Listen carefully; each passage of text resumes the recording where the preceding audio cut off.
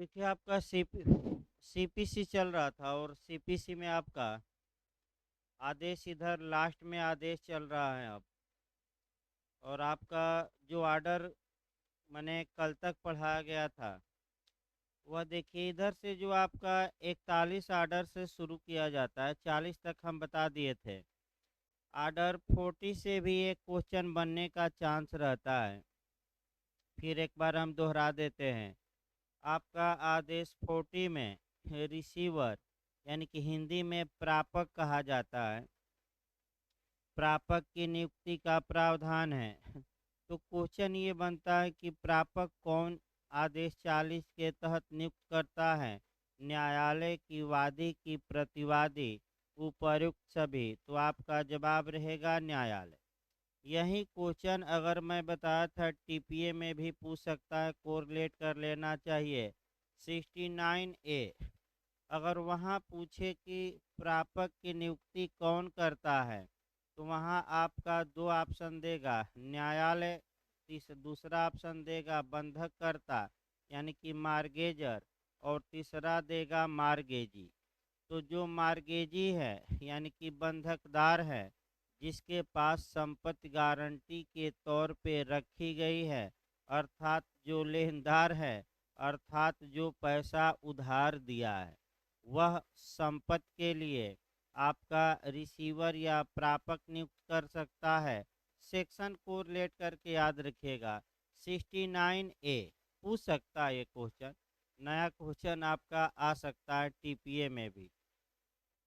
फिर एक बार पूछा गया कि प्रापक किसका अधिकारी होता है, वादी का कि प्रतिवादी का कि न्यायालय का।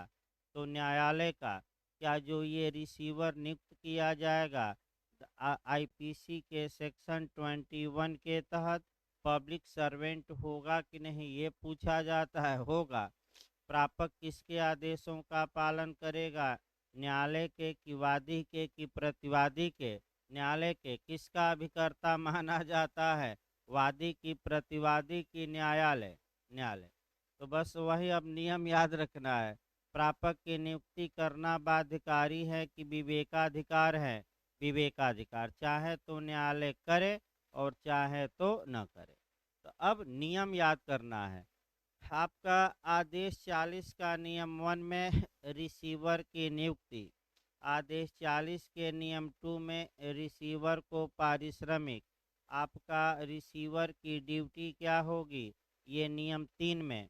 और अगर अवहेलना करता है तो उसके कर्तव्यों का प्रवर्तन तो कैसे किया जाएगा, उसकी संपत्ति को न्यायालय कुर्क करेगा, कुर्क कर बेचवाएगा, और बेचवा कर जितना घोटाला इत्यादि किया है वह पैसा वसूला जाएगा। अगर अधिक बचता है तो उसको क्या किया जाएगा, वापस। और अंतिम तो ज़्यादा पूछा जाता है कि कलेक्टर को प्रापक नियुक्त किया जा सकता है कि नहीं किया जा सकता है, आदेश 40 के नियम 5 के तहत। एक क्वेश्चन और बनता है कि सहमत से कि सहमत के बिना। तो सहमत से किस भूमि के लिए, तो जो भू राजस्व देती हो या जिसका भू राजस्व माफ किया गया, मोचन मैंने छोड़ दिया गया हो। मोचन का मतलब शब्द लिखा है उतना नहीं जानना है, लेकिन मोचन का मतलब कि जिसका भू राजस्व या रेवेन्यू क्या किया गया है, माफ। अब आइए 41 देखा जाए। आदेश 41 में मूल डिक्रियों की अपील या डिक्री की प्रथम अपील आपका, या डिक्री की फर्स्ट अपील, ये अब तक के इतिहास में यूपीजे में एक क्वेश्चन केवल बना है। वह आपका भले अलग से लिख लीजिए, अभी हम कोरिलेट करेंगे, सेक्शन भी आपको पढ़ना है इसके साथ।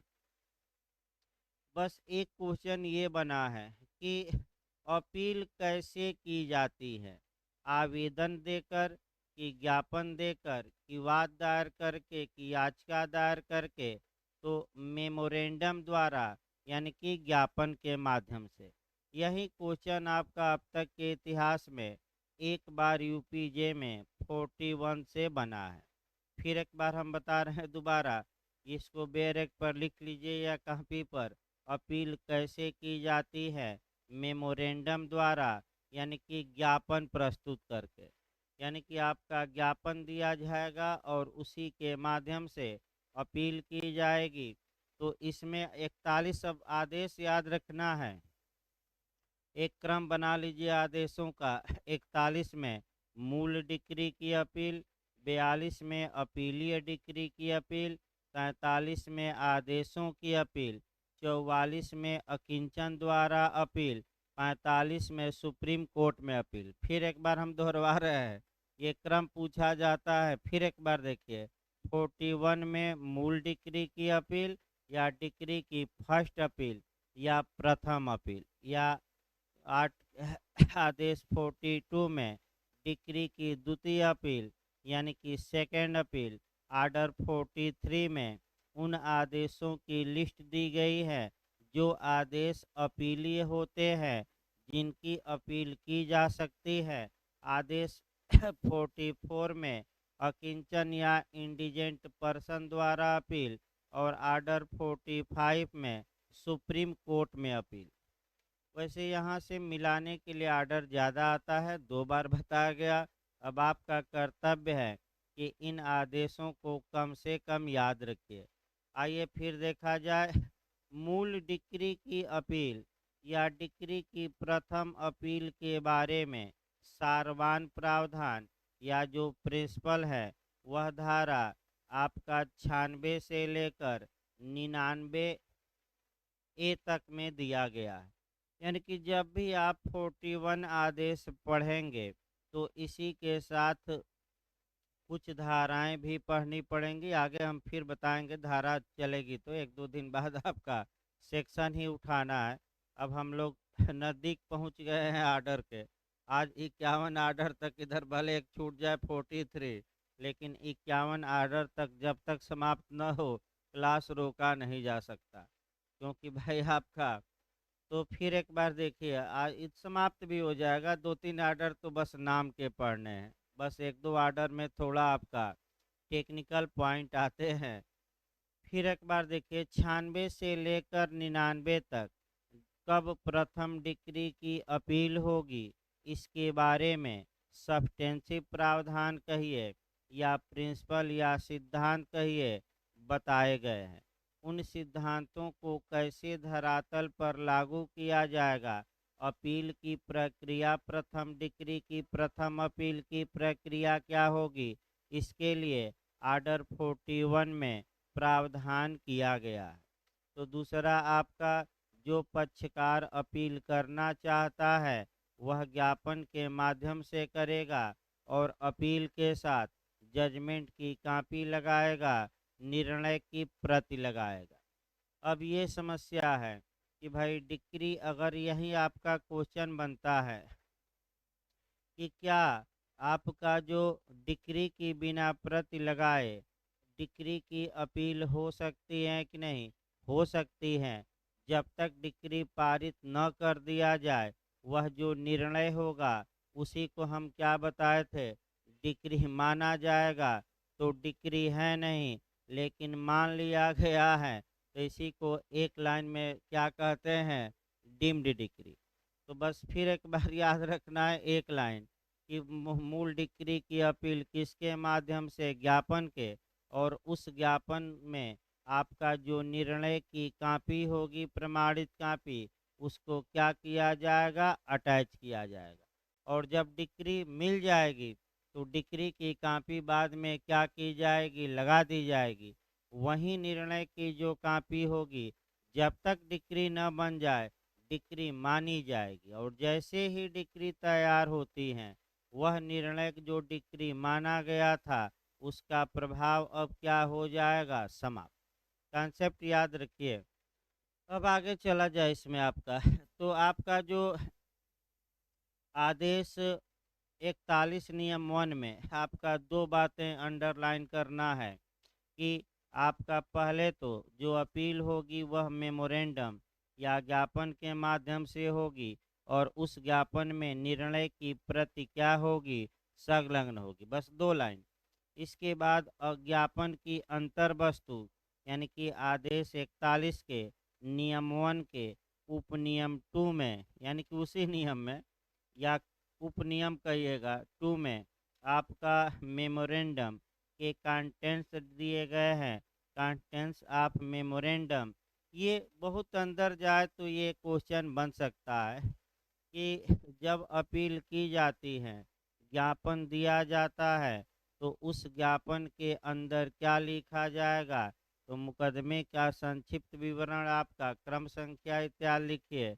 इसके बाद आप कौन कौन से बिंदुओं पर आपको आपत्ति है सुभिन्न शीर्षक में लिखेंगे। यानी कि एक एक पॉइंटों को आप 1 2 3 ऐसे क्रम में आपको किस निर्णय या डिक्री में किस बात पर आपत्ति है, किस बात को आप निचले न्यायालय के नहीं स्वीकार कर रहे हैं, वह एक ही में समाहित किया जाएगा कि भिन्न भिन्न पैराग्राफ में, भिन्न भिन्न एक में नहीं।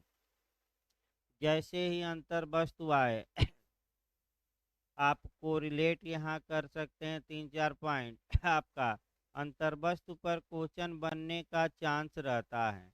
और मैं बताया था कि पिछली बार अब आपका सीपीसी और सीआरपीसी से मिलाकर तो 3 क्वेश्चन आयोग ने बना दिया था, तो उसको कोरिलेट मैं फिर कर रहा हूँ। सीपीसी में ही पहले अंतर वस्तु देखा जाए। आपका पहला क्वेश्चन बना था वाद पत्र की अंतर वस्तु, प्लेंट के कंटेंट्स क्या होंगे। आदेश 7 के नियम 1 में निर्णय की अंतर वस्तु पूछे, अभी पूछा नहीं गया है, पूछ सकता है। आदेश 20 के नियम 4 में डिक्री की अंतर वस्तु पूछे तो आदेश 20 के नियम 6 में सीपीसी में। और अपील की अंतर वस्तु पूछ ले तो आदेश 41 के नियम 1 और उप नियम में चला जाए तो 2। वैसे उप नियम में जाना नहीं चाहिए, लेकिन फिर भी अगर चला ही जाता है तो अंडरलाइन कर लीजिए बेरेक पर कौन सा। इतना कोरिलेट सीपीसी से करना है। फिर आपका सीआरपीसी में क्वेश्चन 2 बना था, 3 हम क्वेश्चन सीआरपीसी में बता रहे हैं। निर्णय की अंतर वस्तु दी गई है सीआरपीसी में 354। निर्णय के अंदर क्या लिखा जाएगा ये सीआरपीसी की धारा 354 बताएगी। फिर आरोप की अंतर वस्तु पूछा गया था 211, सीआरपीसी की धारा 211। फिर बंध पत्र की अंतर वस्तु अभी पूछा नहीं गया है, पूछ सकता है 120 120 सीआरपीसी। तो सीआरपीसी की 3 धाराएं फिर दोहराइए। 354 निर्णय की अंतर वस्तु, 211 आरोप की अंतर वस्तु, 120 बंध पत्र की अंतर वस्तु। इसी में आपका चांस रहता है पूरा एक क्वेश्चन तो निश्चित तौर पे बनने का। अब भाई याद करना पड़ेगा इसको, और कोई उपाय नहीं है। एक साथ सब तैयार रखिएगा, अलग अलग नहीं। जब भी आप तैयार करिए तो एक साथ 7 8 क्वेश्चन तैयार करिए, कहीं से अभी अगर अंतर वस्तु आ जाए तो हम गलत नहीं करेंगे।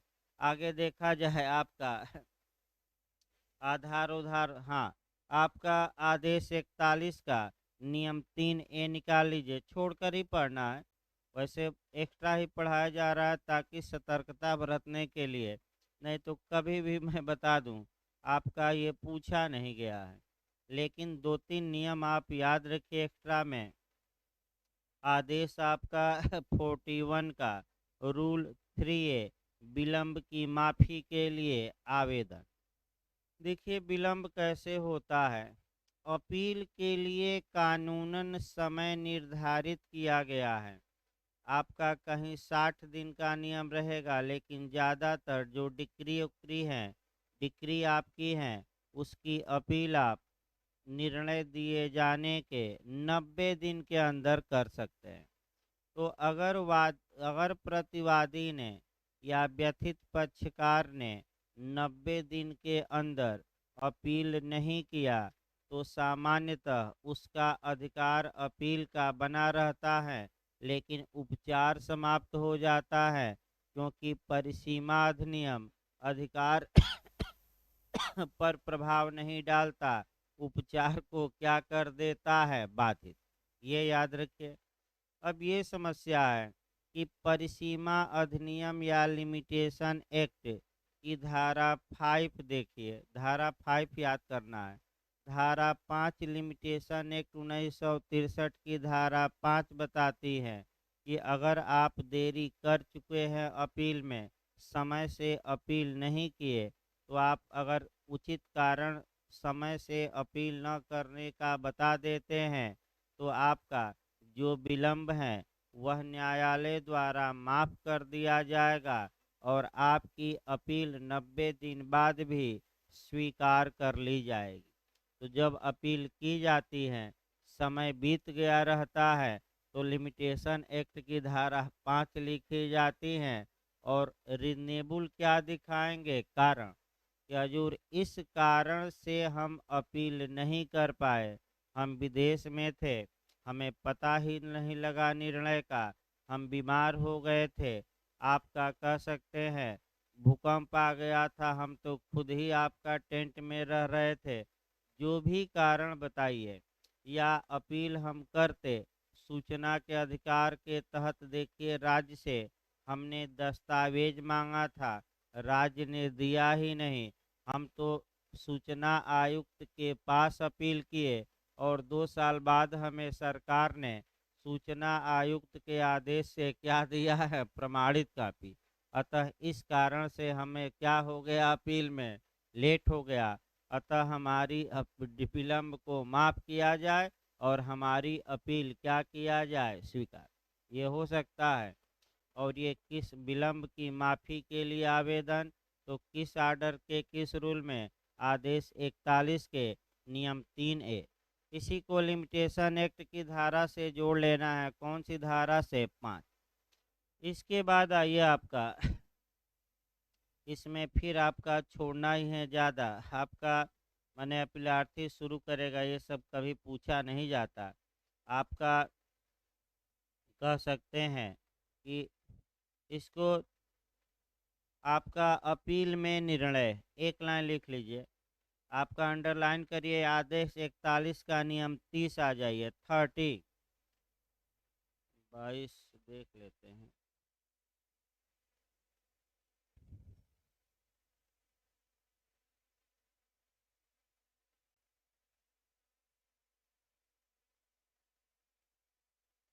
हो सकता है 22 भी, देखिए आपका इधर कोई भरोसा नहीं है। 22 आपका है नियम, सुनवाई में प्रत्यर्थी डिक्री के विरुद्ध ऐसे आक्षेप कर सकेगा मानो उसने पृथक अपील की हो।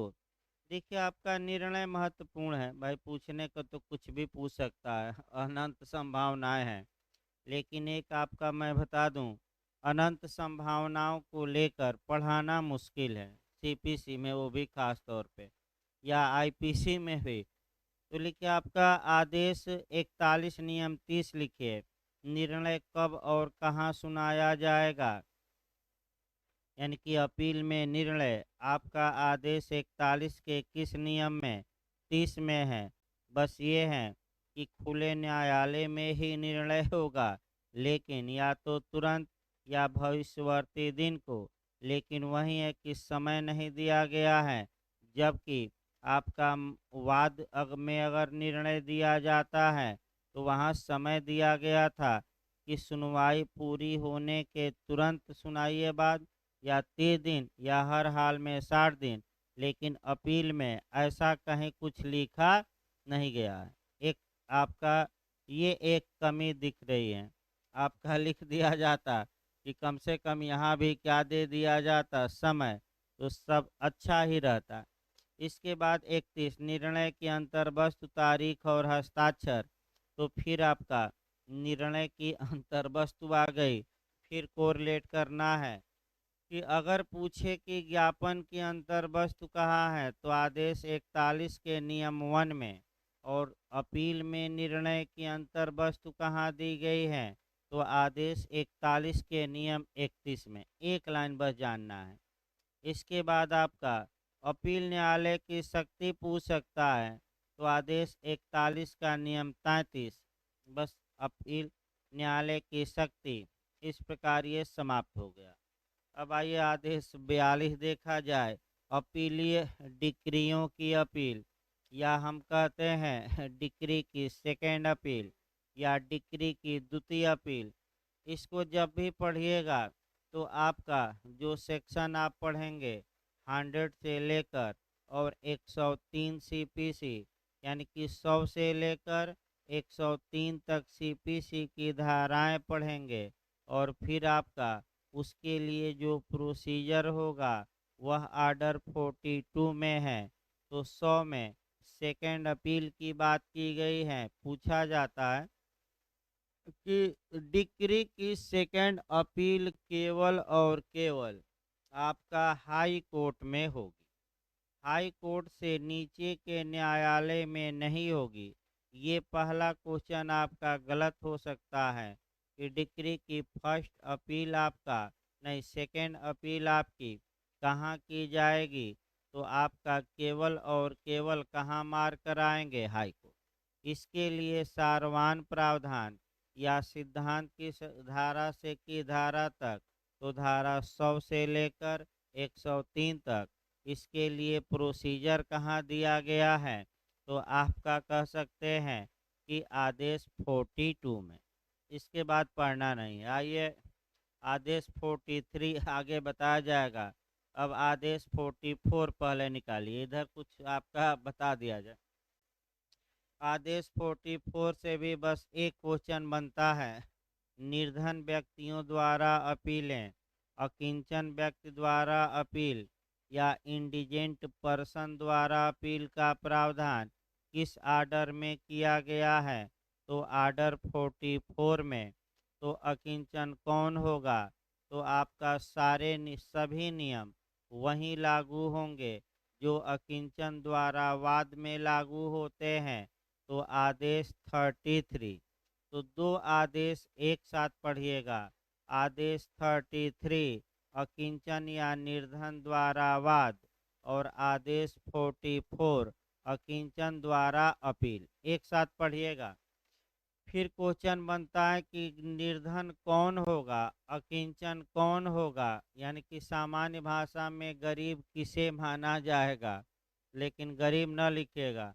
आपका लीगल भाषा में अकिंचन या निर्धन, इंग्लिश वर्जन एक बार जरूर देखिएगा, इंडिजेंट।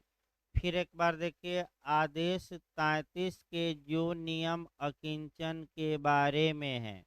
आदेश 44 एक लाइन बस पढ़ना है कि वहीं सारे नियम लगभग अपील में भी अप्लाई करेंगे, अपील में भी लागू होंगे। तो बस एक लाइन मुख्य रूप से याद रखिए। आदेश 33 का नियम 1 बताता है कि अकिंचन कौन होगा। तो फिर एक बार हम बता रहे हैं, बिहार में भी ये अभी पूछा गया था, पूछ सकता है।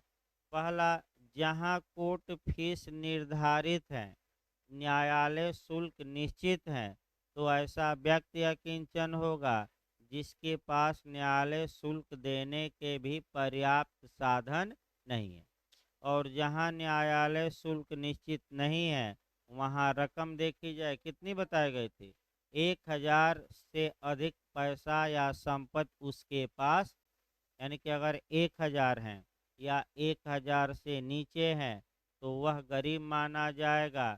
लेकिन 1000 की गणना करने में कुछ संपत्तियों की मूल्य छोड़ा जाएगा, या कौन कौन संपत्तियां जो विवाद की विषय वस्तु हैं, और दूसरा जो कुर्की से क्या है, छूट प्राप्त है। याद करके जाइएगा, दो संपत्तियों को गिना नहीं जाएगा, कौन कौन, जिस पर विवाद है, और दूसरा कौन सी प्रॉपर्टी जो कुर्की से क्या प्राप्त है, छूट। आपका कुर्की से छूट आपका सीपीसी की धारा 60 में है। आपका कौन सी संपत्तियां अटैच नहीं की जाएगी डिक्री के निष्पादन में, ये कहाँ दिया गया है, तो आदेश आपका कह सकते हैं कि नहीं, धारा 60। इसके बाद 44 के बाद आपका 45 पूछा जाता है। बस एक लाइन पूछा जाता है कि उच्चतम न्यायालय में अपील का प्रावधान किस आर्डर में, तो आपका जवाब रहेगा 45 में अपील का प्रावधान है। दूसरा क्वेश्चन ये बन सकता है कि उच्चतम न्यायालय में अपील के बारे में सारवान प्रावधान या सिद्धांत की धारा से की धारा तक, तो कोरिलेट कर लीजिए 109 से लेकर और 112, 109 से लेकर 112 तक में आपका ये सिद्धांत प्रतिपादित किया गया है कि कब उच्चतम न्यायालय में सुप्रीम कोर्ट में अपील हो सकेगी। इसके लिए जो प्रोसीजर है, प्रक्रिया है, वह आदेश 45 में दिया गया है। अब सिविल मामलों में अपील के बारे में सीपीसी पूर्ण प्रावधान नहीं करती। आपका अन्य कानून भी है जहां कि ये लिखा गया है कि सिविल मामलों में सुप्रीम कोर्ट में अपील हो सकेगी। एक अनुच्छेद जोड़ लीजिएगा। पूछा जाता है कि सुप्रीम कोर्ट में सिविल मामलों में अपील का प्रावधान संविधान के किस अनुच्छेद में है? 133, 133, उसको बैरेक पर लिखिए। सुप्रीम को संविधान के अनुच्छेद 133 के तहत सिविल मामलों में सुप्रीम कोर्ट में अपील का प्रावधान किया गया है। आर्टिकल 1 याद करिएगा, कौन सा? 133। फिर हम अपील के बारे में आपका बता दे रहे हैं। आपका 3-4 अनुच्छेद याद रखना एक साथ। संवैधानिक मामलों में अपील, चाहे सिविल मामला हो या क्रिमिनल, अगर उसमें विधि या संविधान की व्याख्या का प्रश्न हो तो 132। सिविल मामलों में अपील कब होगी? आपका 133 आर्टिकल। क्रिमिनल मामलों में अपील कब होगी? 134। अपील के लिए प्रमाण पत्र हाई कोर्ट देगा 134A। और एसएलपी सुप्रीम कोर्ट की इजाज़त से अपील, इजाज़त लेकर अपील 136। 4 अनुच्छेद एक साथ फिर हम दोबारा बता रहे हैं, मिलाने के लिए आता है। 132 संवैधानिक मामला, सिविल मामला 133, क्रिमिनल मामला 134, प्रमाण पत्र 134 है और आपका एसएलपी 136। इतना अनुच्छेद याद करके जाइए भाई आपका। इसके बाद आइए आपका देखा जाए, आपका अगला, हाँ, देखा जाए आदेश 45 के बाद आप जो मन इसके अलावा ना पड़ेगा अंदर ज़्यादा। 46 निर्देश हैं, अभी हम पढ़ाएंगे डिटेल में। 47 में पुनर्विलोकन है, एक लाइन अभी याद किए रहिए। 46 में क्या है? रिफरेंस है। 47 में क्या है? रिव्यू है। अब आ जाइए 48, अभी दोनों पढ़ाया जाएगा। 48 में मिसलेनियस हैं, ये भी कभी नहीं पूछा गया है। 49 आदेश में चार्टरित उच्च न्यायालय है, ये भी कभी नहीं पूछा गया। आदेश 50 में प्रांतीय लघुवाद न्यायालय है और आदेश 51 में प्रेसिडेंसी लघुवाद न्यायालय। इसको सेक्शन से जरूर जोड़े रहिएगा। आपका प्रांतीय लघुवाद न्यायालय सेक्शन 7 है ना, देख ले रहे हैं भाई। प्रांतीय और प्रेसिडेंसी,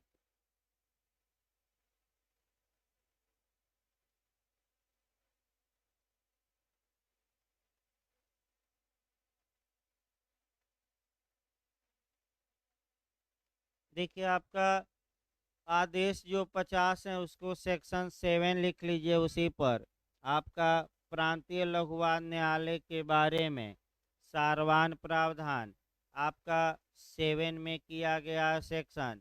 और इसके लिए आपका इसमें अपील इत्यादि के बाद इसके लिए जो प्रोसीजर दिया गया है आदेश 50 में। और आपका प्रेसिडेंसी लघुवाद न्यायालय तो सेक्शन 8 में। और आदेश बस एक लाइन याद रखिए, बहुत अंदर जाकर पूछे 51 में। तो इधर ज़्यादा ना पड़ेगा, एक एक लाइन केवल पढ़िए, नहीं कि पूरा पढ़ने का प्रयास करिए।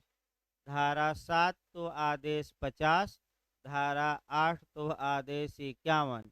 क्या क्या दिया गया है?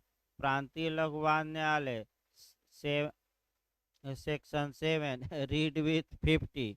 और प्रेसिडेंसी लघुवाद न्यायालय सेक्शन 8 रीड विथ 51। बस इतना याद रखिएगा और इसमें ज़्यादा दिमाग न लगाइए। अब आइए जो एक-एक करके छूटे हुए हैं आर्डर उसको देखा जाए डिटेल में। सबसे पहले हम आदेश 46 और 47 इधर से ही चलते हैं। 2 आदेश हमने अभी छोड़ा था 46 और 47। यहाँ से भी आपका क्वेश्चन बनाया जाए और आपका कह सकते हैं एक-एक करके देखिए। आदेश 40 आपका 6 देखना है। जब भी आदेश 46 पढ़िए तो सबसे पहले आपको जो पढ़ना है वह सेक्शन वाइज भी पढ़ना है और थोड़ा बहुत संविधान में जाना पड़ेगा, फिर सीआरपीसी में आपको पढ़ना है। देखिए संविधान में आपका कौन कौन अनुच्छेद पढ़ना है, 13 पढ़ना है, 226 पढ़ना है और 32 पढ़ना है। निर्देश के लिए संविधान का जो अनुच्छेद है वह 13 हम पढ़ाएंगे, 226 पढ़ाएंगे और 32 पढ़ाएंगे। सीआरपीसी का जो पढ़िएगा 395 और 396, ये भी पूछा गया है। 395 सीआरपीसी में कई बार रिफरेंस के बारे में प्रावधान सीआरपीसी की किस धारा में है, निर्देश के बारे में 395 ये पूछा गया है। सीपीसी जब पढ़िए तो सीपीसी में आपका धारा 113 और रीड विथ यानी कि R/W आदेश आपका 46, यानी कि सीपीसी में भी मैं बता रहा हूँ कि सीपीसी में जब भी पढ़िए तो आपका सेक्शन 113 पूछा गया है कई बार, निर्देश किस धारा में है 113 में, और निर्देश के लिए प्रोसीजर कहाँ दिया गया है तो आदेश 46 में। अब एकदम भूमिका बांध के चला जाए। पहले हम देखते हैं जुडिशियल रिव्यू, यानी कि यहाँ से उठाइएगा। जुडिशियल रिव्यू का मतलब होता है न्यायिक पुनर्विलोकन या न्यायिक समीक्षा। जहाँ भी पूछे, बिहार में अभी पूछा भी गया था आपका, देखिए आपका अपनी निर्णय का पुनर्विलोकन पूछे तो अभी हम आपका सेक्शन 114 और आपका आदेश 47 अलग बताएंगे, सुप्रीम कोर्ट का ही बताएंगे, उसमें सीआरपीसी भी आपका बताया जाएगा। लेकिन अभी दिमाग निर्देश पर केवल रखिए, अभी अपील पुनर्विलोकन इस रिवीजन पर नहीं, अभी केवल दिमाग कहाँ रखना है, रेफरेंस। इसके बाद और हम एक एक करके बताएंगे, इसके बाद रिव्यू बताएंगे। लेकिन सबसे पहले जब भी इसकी शुरुआत करिएगा आप जुडिशियल रिव्यू से करिएगा, यानी कि न्यायिक समीक्षा या न्यायिक पुनर्विलोकन। देखिए क्वेश्चन आपका न्यायिक पुनर्विलोकन पर संविधान में भी बना था और अमेरिका और भारत की तुलना करके बना था, यानी कि कंपैरेटिव दिया था कि जुडिशियल रिव्यू का एरिया भारत में ज़्यादा है कि अमेरिका में है, तो अमेरिका में विस्तृत एरिया है और भारत में थोड़ा क्या है, कम। तो जो अब अगला जो क्वेश्चन बनता है कि न्यायिक पुनर्विलोकन का आधार क्या है, ये क्वेश्चन बनता है। तो दो आधार मुख्य रूप से हैं। पहला आधार ये है कि सरकार का पावर सीमित होना चाहिए, सरकार की शक्ति लिमिट होनी चाहिए, लिमिट में, क्योंकि अथाह पावर सरकार को दे दिया गया तो सरकार मनमानी पर उतर आएगी। और दूसरा, दो प्रकार की विधियों का सह अस्तित्व में होना।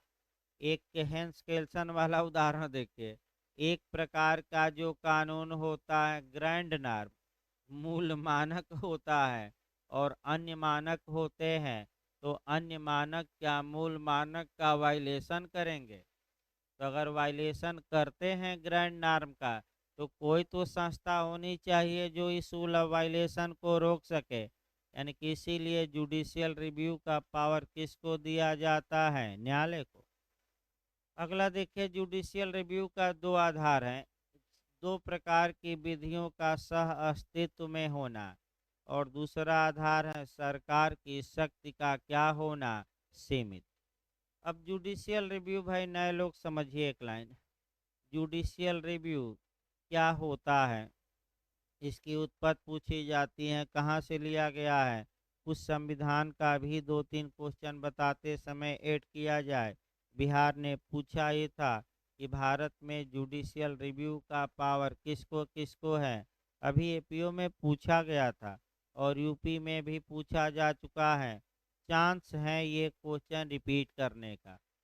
देखिए, न्यायालयों की वह शक्ति जिसके द्वारा न्यायालय किसी प्राधिकारी द्वारा बनाई गई विधि को नल एंड वाइड, यानी कि अकृत और शून्य या अवैध कहिए, अधिकारातीत कहिए, असंवैधानिक कहिए या शून्य कहिए, यानी कि नल एंड वाइड या शून्य या अवैध या असंवैधानिक घोषित करने की शक्ति रखते हैं, क्षमता रखते हैं, पावर रखते हैं। न्यायालयों के इस पावर को ही एक लाइन में हम कहते हैं जुडिशियल रिव्यू। ये जुडिशियल रिव्यू अमेरिका से लिया गया है। अमेरिका में सर्वप्रथम आपका मार्शल बनाम मारवरी बनाम मेडिसिन के बाद में जस्टिस मार्शल।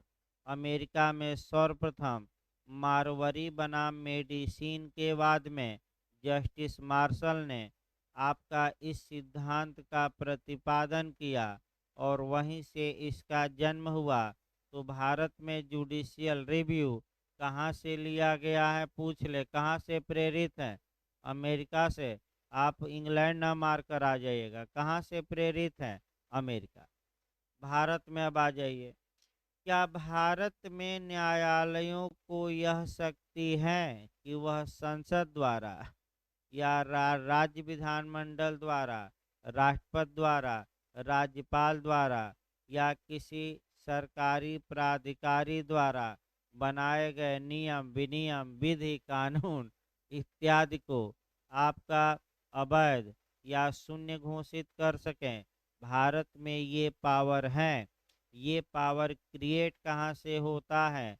आर्टिकल 13 से। तो अनुच्छेद 13(1) के तहत प्री कॉन्स्टिट्यूशनल लॉ, अनुच्छेद 13(2) के तहत पोस्ट कॉन्स्टिट्यूशनल लॉ के बारे में, अनुच्छेद 13(3)(a) में विधि में क्या शामिल है? 8 बातें। तो 8 बातें विधि में शामिल हैं और विद्यमान विधि ला इन फोर्स अनुच्छेद 13(3)(b) में परिभाषित है। यानी कि भारत में अगर राज्य कोई ऐसा कानून बनाता है, चाहे संसद हो, चाहे संविधान संशोधन किया गया हो, चाहे राज्य विधानमंडल हो या कोई अधिकारी हो, जो हमारे मूल अधिकारों को कम करती है या छीनती है, तो आर्टिकल 13 ऐसा करना प्रतिबंधित करता है। यानी कि जुडिशियल रिव्यू का जो आपका बेस है या उत्पन्न होता है जुडिशियल रिव्यू, वह आपका अनुच्छेद 13 से उत्पन्न होता है। और इसका जो प्रयोग किया जाता है, यानी कि अगर किसी प्राधिकारी ने अवैध कानून बना ही दिया है तो उस कानून को नल एंड वाइड घोषित करने की क्षमता भारत में केवल दो न्यायालयों को है। एक हाई कोर्ट आर्टिकल 226 और एक सुप्रीम कोर्ट आर्टिकल 32। तो आपका क्वेश्चन का मॉडल देखिए। भारत में न्यायिक पुनर्विलोकन कहाँ से उत्पन्न होता है? 13 से अनुच्छेद। इसका प्रयोग कौन कर सकता है? हाई कोर्ट की, सुप्रीम कोर्ट की, दोनों। दोनों। न्यायिक पुनर्विलोकन की शक्ति भारत के किन न्यायालयों में समाहित है? उच्चतम न्यायालय, उच्च न्यायालय, दोनों। तो दोनों। उच्चतम न्यायालय किस अनुच्छेद के तहत इस शक्ति का प्रयोग करता है? 32 के तहत। हाई कोर्ट की शक्ति किस अनुच्छेद के तहत? 226 के तहत। ये शक्ति कहाँ से ली गई है? तो अमेरिका से। 7-8 क्वेश्चन बना दिए गए आपका एक ही वाक्य में। आपका चांस है। अब अगला नियम आइए निर्देश पर आइए। अगर निचले न्यायालय को लगता है कि जो मामला हमारे यहाँ चल रहा है और उसमें किसी कानून को के कोई कानून अप्लाई करना है, और जिस कानून के तहत हमारे यहाँ मामला चल रहा है, आपका वह कानून हमारी राय में संविधान का विरोधी है, यानी कि वह कानून अवैध है, वह कानून वैध नहीं है। और निचले न्यायालय को ये पावर ही नहीं है कि वह कानून को क्या घोषित कर सके। सुन, तो न्यायालय, निचला न्यायालय लिख पढ़कर जिस, हाँ, निचले न्यायालय ये भी देखेगा कि जिस उच्च न्यायालय के वह अधीनस्थ हैं, उसने आज तक इस पर विचार ही नहीं किया, यानी कि आज तक इसे शून्य घोषित नहीं किया, और सुप्रीम कोर्ट का भी कोई फैसला नहीं है जो शून्य घोषित कर सके। अतः निचले न्यायालय को ये लगता है कि ये कानून अवैध है, शून्य है, तो निचला न्यायालय लिख पढ़कर हाई कोर्ट को भेज देगा। किस हाई कोर्ट को? जिसके वह अधीनस्थ हैं, और राय मांग लेगा। तो निर्देशित किसको मामला किया जाएगा राय के लिए? हाई कोर्ट को। और हाई कोर्ट से राय मांगी जाएगी कि आप हजूर बता दीजिए कि ये जो कानून है या कानून की जो धारा में कही गई बातें हैं, ये गलत है कि सही है, अर्थात वैध है कि अवैध।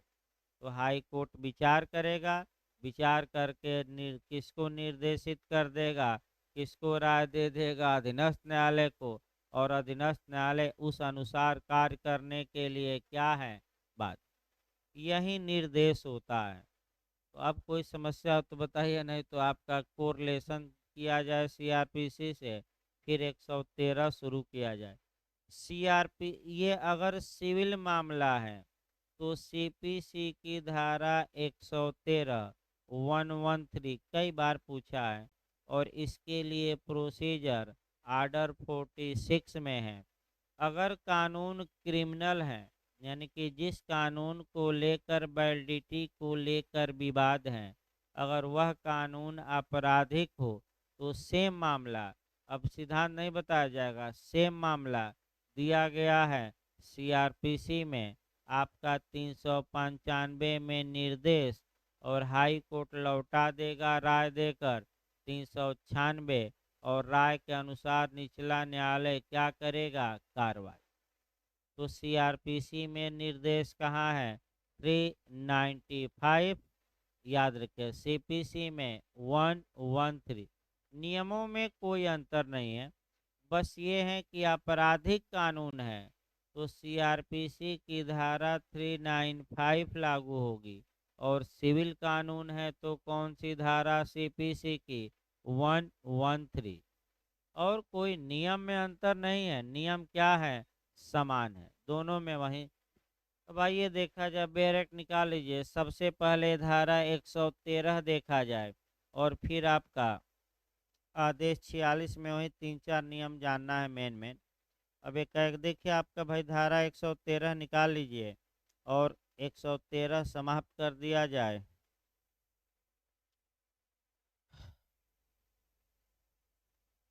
देखिए क्या दिया गया, उच्च न्यायालय को निर्देश उन शर्तों और परिसीमाओं के अधीन रहते हुए जो विहित किया जाए, यानी कि वे कंडीशन और लिमिटेशन जो प्रेस्क्राइब्ड की जाए, विहित की जाए। इस शब्द को थोड़ा अच्छे से ध्यान में रखिए, 2 बार क्वेश्चन बना है। फिर हम बताए भी थे, विहित या प्रेस्क्राइब्ड शब्द की परिभाषा 216 में दी गई है। विहित का मतलब नियमों द्वारा विहित, यानी कि जब भी 113 के तहत निर्देशित मामला हाई कोर्ट को किया जाएगा, आदेश 46 में दिए गए नियमों का पालन किया जाएगा कि उल्लंघन? पालन किया जाए। तो कौन सी धारा कहते हैं कि पालन करते हुए ही निर्देश किया जाएगा? तो आपका 113 स्पष्ट कहती हैं कि आपका उन शर्तों और परिसीमाओं के अधीन अधीन रहते हुए, यानी कि उनका पालन करते हुए जो विहित की जाए, तो कहाँ विहित की गई है कंडीशन और आपका लिमिटेशन? 46 में। भाई किस आर्डर में विहित किया गया है? 46 में। देखिए की जाए, कोई भी न्यायालय, यानी कि कौन न्यायालय आपका निर्देशित कर सकता है? कोई भी, हाई कोर्ट के अलावा। हाई कोर्ट के अलावा जितने भी न्यायालय नीचे के हैं, वह निर्देशित मामला किसको कर सकते हैं? उस हाई कोर्ट को जिसके वह क्या है? अधीनस्थ।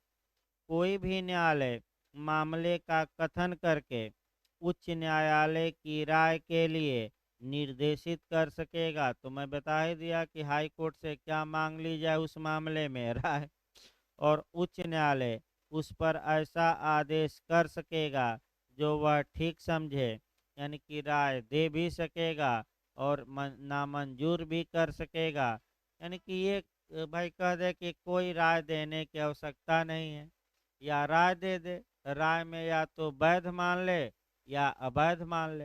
वैध मान ले तो कोई दिक्कत नहीं है, अवैध मान ले तो वह प्रावधान अब नल एंड वाइड हो जाएगा, यानी कि उसके तहत अब कोई कार्रवाई नहीं होगी।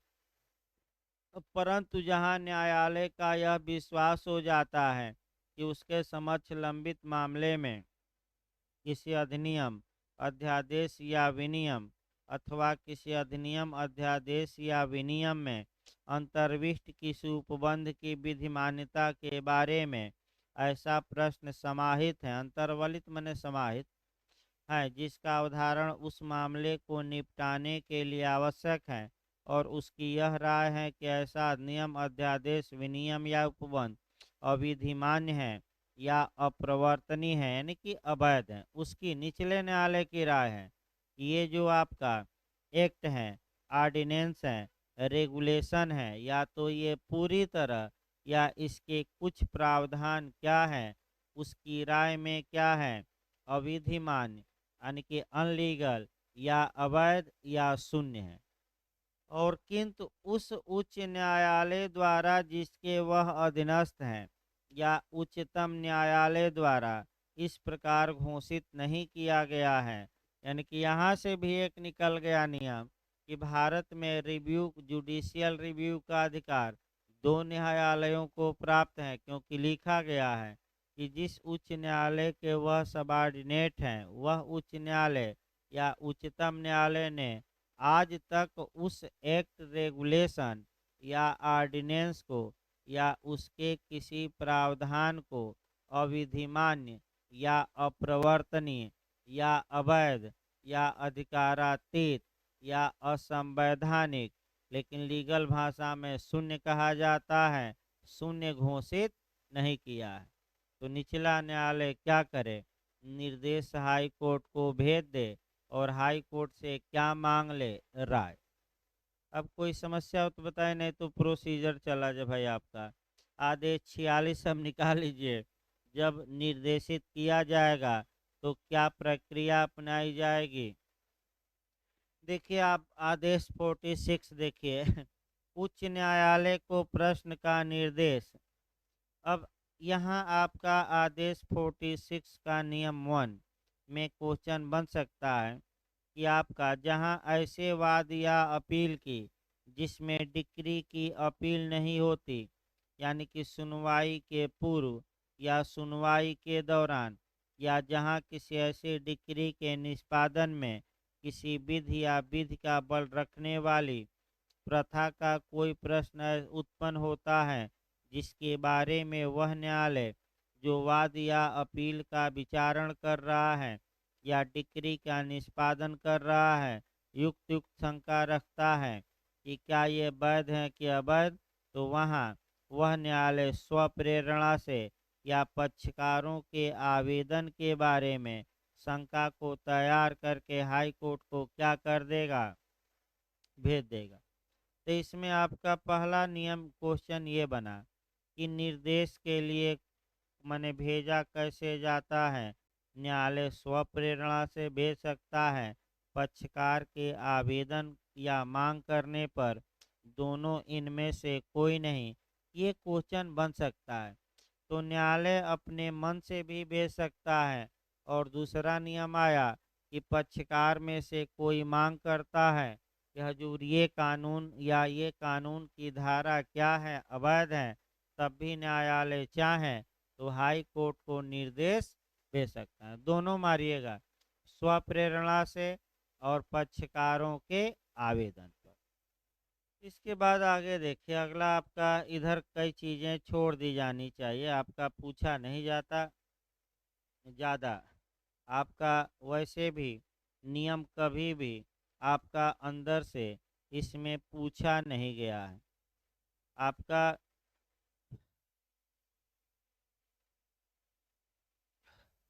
आदेश 46 नियम 2 एक लाइन देख सकते हैं कि न्यायालय ऐसी डिक्री पारित कर सकेगा जो उच्च न्यायालय के विनिश्चय पर समाश्रित है।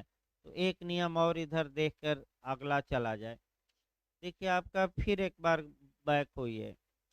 जब न्यायालय हाई कोर्ट को निर्देशित करता है, निचला न्यायालय, कि हजूर मेरी राय में ये कानून या कानून का कोई जो सेक्शन है ये अविधिमान्य है, असंवैधानिक है, अप्रवर्तनीय है, और न तो आपने आज तक इसे अप्रवर्तनीय घोषित किया है, न ही उच्चतम न्यायालय ने, यानी कि न तो आपकी नज़र पड़ी इस पर, न ही सुप्रीम कोर्ट की आज तक नज़र पड़ी। अतः ऐसी कंडीशन में हम क्या करें, आप हमें क्या दे दीजिए, राय। तो या तो स्वप्रेरणा से मन में आ जाए तब भेज दे, या कोई पक्षकार निचले न्यायालय में क्या करे, मांग। अब समस्या ये आई कि जब हाई कोर्ट को निर्देशित किया गया है तो उस मामले का क्या होगा, तो उसमें दो उपाय हैं। जब तक हाई कोर्ट से राय न प्राप्त हो जाए, पहला उपाय है कि मामले में सुनवाई रोक दी जाए। फिर एक बार देखिए, जब तक उच्च न्यायालय से राय प्राप्त न हो जाए, पहला उपाय यह है कि तब तक सुनवाई को क्या किया जाए, रोका जाए। एक और उपाय है, वही आपको समझना है कि न्यायालय सुनवाई जारी रखेगा, डिक्री भी पारित कर देगा, निर्णय भी पारित कर देगा, लेकिन वह निर्णय, डिक्री समाश्रित होगी, निष्पादन रोका जाएगा, एग्जीक्यूशन रोक दिया जाएगा, वह डिक्री लागू नहीं कराई जाएगी, और वह डिक्री हाई कोर्ट की राय पर समाश्रित होगी। यानी कि डिक्री पास कर दिया, कहा कि अभी लागू नहीं होगी, हाई कोर्ट अगर राय देता है उस अनुसार इस डिक्री को देखा जाएगा। तो अगर हाई कोर्ट कह दे कि ये धारा प्रावधान अवैध, तब तो डिक्री उलट जाएगी, कोई मतलब नहीं। लेकिन अगर हाई कोर्ट कह दे कि धारा वैध है, तो जो समाश्रित डिक्री पारित की गई थी, अब उस डिक्री को लागू कराया जाएगा कि नहीं। तो कब लागू कराया जाए, जब हाई कोर्ट क्या करे, उस कानून को वैधता दे दे। और कब डिक्री शून्य घोषित की जाएगी, जब हाई कोर्ट उस माने अवैध घोषित कर दे। तो क्या समाश्रित डिक्री पारित की जा सकेगी कि नहीं, की जा सकेगी। दो उपाय न्यायालय के पास हैं, या तो कार्यवाही को क्या कर दे, स्थगित, या डिक्री पारित करे और कहे कि हाई कोर्ट जैसी राय देगा उस अनुसार डिक्री के बारे में आगे कार्यवाही होगी। तब तक अभी डिक्री पास कर दे रहे हैं और इसके माने डिक्री अभी निष्पादित नहीं होगी। इस प्रकार आपका आदेश 46 नियम 2 में ये था, यानी कि आदेश आपका किसमें था, 46 का नियम 2 में। अब आइए रिव्यू से एक क्वेश्चन आपका बनता है।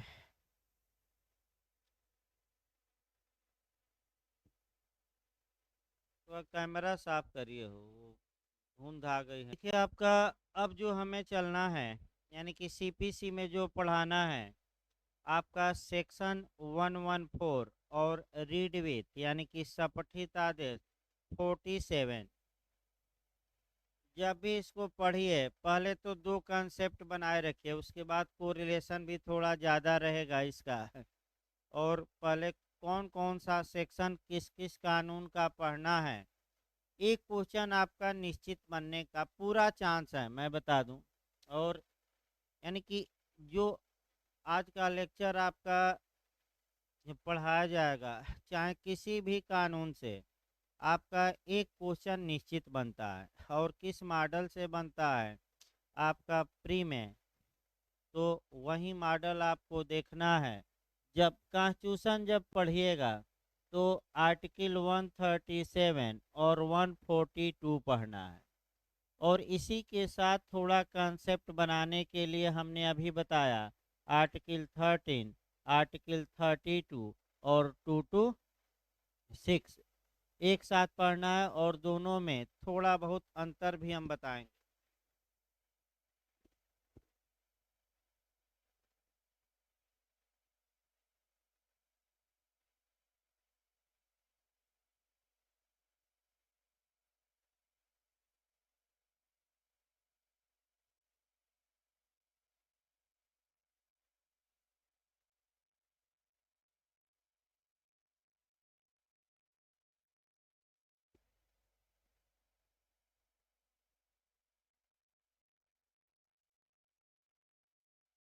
देखिए आपका कंसेप्ट ये, संविधान से आपका इतना अनुच्छेद पढ़ेंगे, फिर सीआरपीसी में पढ़ेंगे। और जो सीआरपीसी की आपकी धारा रहेगी, कई बार ये क्वेश्चन आ चुका है, 362 हम पढ़ाएंगे।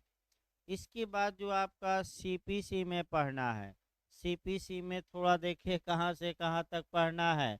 एक आदेश 20 का नियम 3 पढ़ना है, फिर धारा 114 पढ़ना है, और फिर आदेश आपका आना है लास्ट में 47।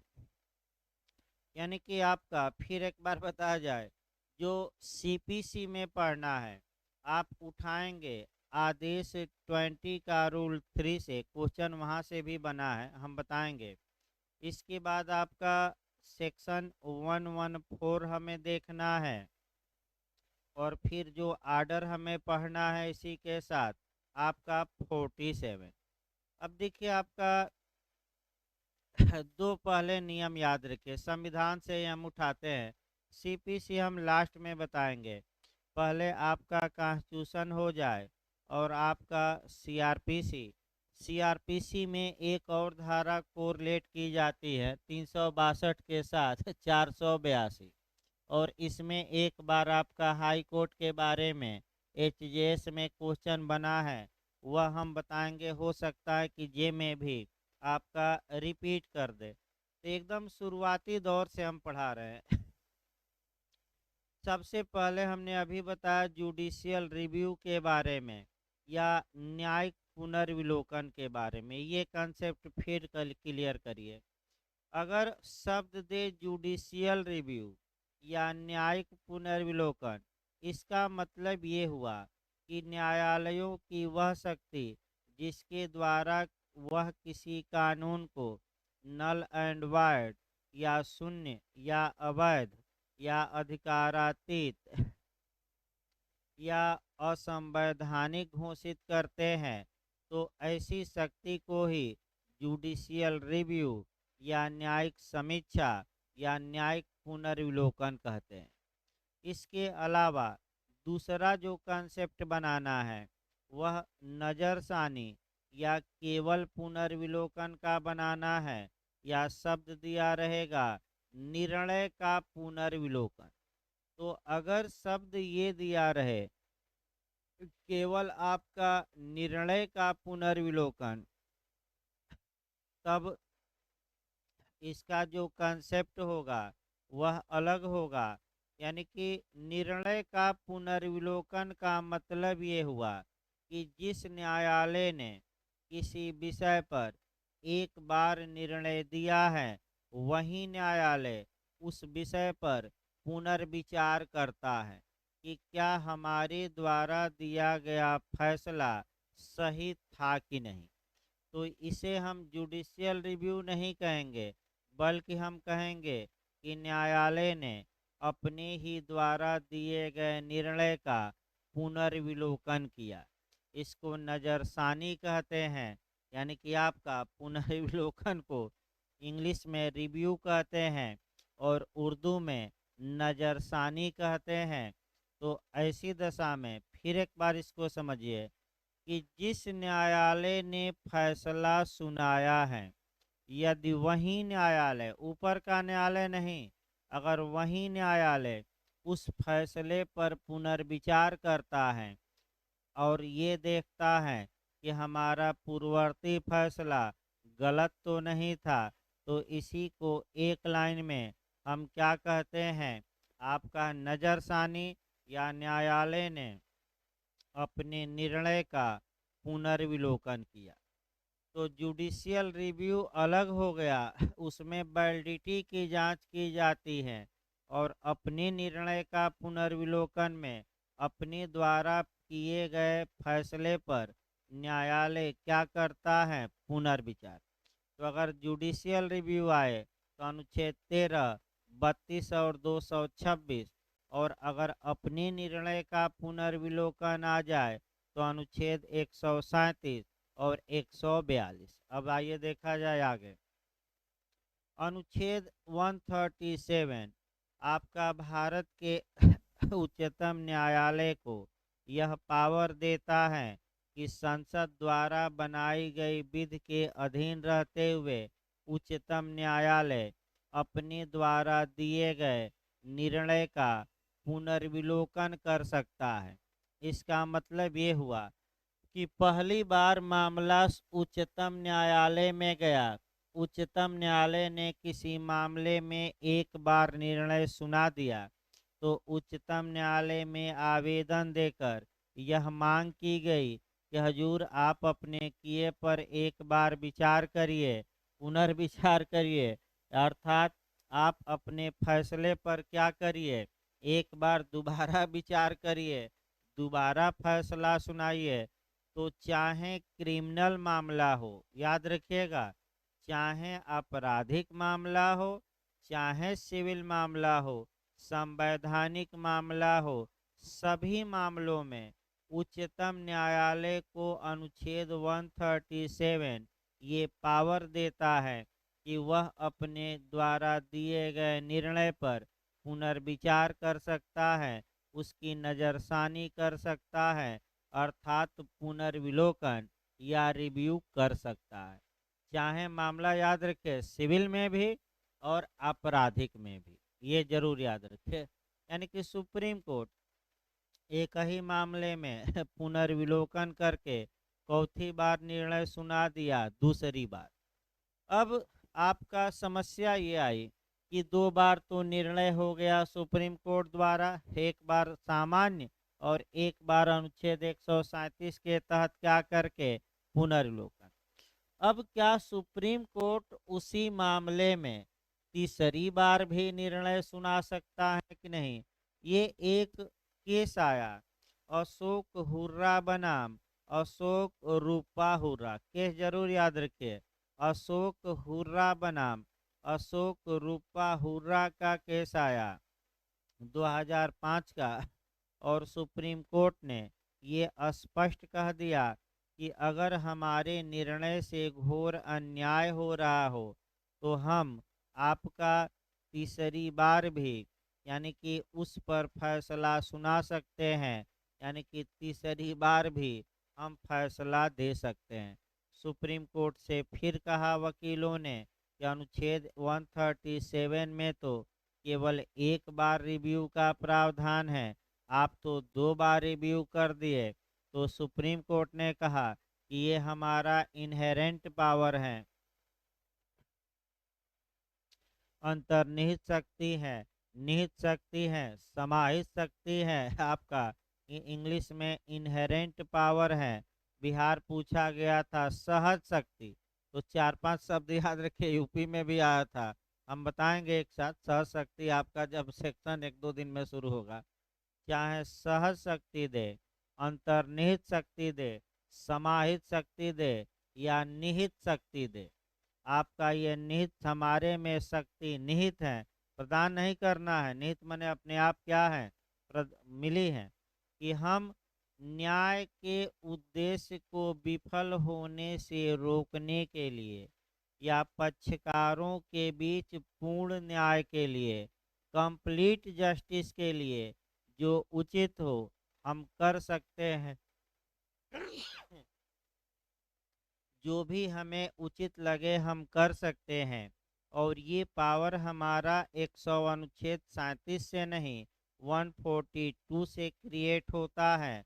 इसको हम कहते हैं लीगल भाषा में, अब याद रखिए, यानी कि उच्चतम न्यायालय ने पहली बार निर्णय सुनाया अनुच्छेद 137 के तहत रिव्यू करके दूसरी बार, और रिव्यू करके चौथी बार, तीसरी बार, यानी कि सुप्रीम कोर्ट एक ही मामले में वर्तमान समय में कितनी बार फैसला सुना सकता है? 3 बार। आपका याद रखिए, एक सामान्य, दूसरा पुनर्विलोकन और तीसरा पुनर्विलोकन का पुनर्विलोकन।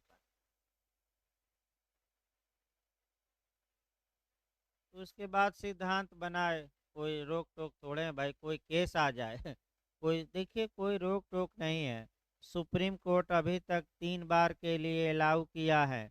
अगर सुप्रीम कोर्ट को लगता है कि हमें एक बार फिर फैसला सुनाना चाहिए, तो वहीं अनुच्छेद 142 का सहारा लेगा और किसी केस में मान्य कर देगा, लेकिन अभी तक मान्य नहीं है।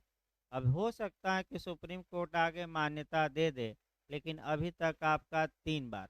अब इसको कहते क्या है, थोड़ा लीगल भाषा में समझिए। पुनर्विलोकन का पुनर्विलोकन, यानी कि एक बार पुनर्विलोकन किया तो दूसरी बार फैसला आया, और इसका पुनर्विलोकन किया तो तीसरी बार। तो ये जो तीसरी बार फैसला आया है पुनर्विलोकन का, क्या हो गया? पुनर्विलोकन। इसको लीगल भाषा में जो नाम दिया गया है क्यूरेटिव पिटीशन, या उपचारात्मक याचिका, सुधारात्मक याचिका, आरोग्यकारी याचिका। बिहार ने निरोगकारी याचिका बनाया, यूपी ने दोषहारी याचिका बनाया। लेकिन इंग्लिश वर्जन जरूर याद करके जाइएगा आपका, क्यूरेटिव पिटीशन या रिफॉर्मेटिव पिटीशन। भाई फिर हम 2 शब्द बता रहे हैं, हिंदी वर्जन न देखिएगा, आप इंग्लिश वर्जन देखिएगा, कौन कौन 2 शब्द फिर हम बता रहे हैं। या तो क्यूरेटिव पिटीशन देखिएगा या रिफॉर्मेटिव पिटीशन। तो अब जो क्वेश्चन उत्पन्न हुआ इंटरव्यू में कि रिफॉर्मेटिव पिटीशन आपका किस आर्टिकल से उत्पन्न हुआ है, तो आर्टिकल 142 से। और किस आर्टिकल के तहत दायर किया जाता है? 32, यानी कि 142 के तहत जन्म लिया। और आपका सुप्रीम कोर्ट में दायर किस अनुच्छेद के तहत किया जाता है? आपका 32। क्यूरेटिव पिटीशन नया क्वेश्चन बन सकता है, कहाँ दायर किया जा सकता है? उच्चतम न्यायालय, उच्च न्यायालय, दोनों इनमें से कोई नहीं। तो कहाँ केवल बताया गया? केवल उचित, ये नया क्वेश्चन बन सकता है। क्यूरेटिव पिटीशन, रिफॉर्मेटिव पिटीशन कहाँ दायर किया जाता है? दे देगा ऑप्शन, उच्चतम न्यायालय, उच्च न्यायालय, दोनों इनमें से कोई नहीं। ये नया क्वेश्चन अभी पूछा नहीं गया है, तो केवल और केवल क्या मार कर आएंगे? उच्चतम न्यायालय। इसी तर्ज पर जो पनिशमेंट के प्रिंसिपल हैं अभी बताने हैं, जो दंड के 5 सिद्धांत हैं। पिछली बार पूछा गया है कि सबसे अच्छा सिद्धांत कौन है, कौन सा उदारवादी सिद्धांत है, कौन अपराधियों के बारे में उदारता का व्यवहार करता है, तो वह रिफॉर्मेटिव आपका थ्योरी या सुधारात्मक सिद्धांत। ये क्वेश्चन भी आपका आ चुका है, गलत ना हो, एक क्वेश्चन बनने का पूरा चांस रहता है। ये संविधान निपटा। अब आइए आपराधिक मामला। अब सुप्रीम कोर्ट से बाहर थोड़ा हटिए, यानी कि अब हमें सुप्रीम कोर्ट से दिमाग कहाँ ले जाना है? बाहर। अब सीआरपीसी में आया जाए। पहले सीआरपीसी की 2 धाराएं हमने लिखी हैं, कौन कौन? एक 362 और एक 482। देखिए आपका क्या कहा गया है। धारा 362 आपका कई बार क्वेश्चन आ चुका है और रिपीट कर सकता है, यूपीएपीओ में आया, एमपी में, हर एक जगह लगभग आया है। क्वेश्चन का मॉडल 3-4 देखिए, तब इसको शुरू किया जाए कि सीआरपीसी में किसका प्रावधान नहीं है। निर्देश का, अपील का, पुनरीक्षण का, पुनर्विलोकन का। तो सीआरपीसी में पुनर्विलोकन यानी कि रिव्यू का कोई प्रावधान नहीं है। दूसरा आपका पूछ सकता है कि कौन सी सीआरपीसी की धारा अपने ही द्वारा दिए गए निर्णय के पुनर्विलोकन पर रोक लगाती हैं। तो 362 कौन सी धारा? 362। अभी हम बताएंगे उदाहरण। अगला क्वेश्चन आपका बन सकता है कि 362 के तहत कौन सी त्रुटि सुधारी जा सकती है? तो दो त्रुटियां सुधारी जा सकती है।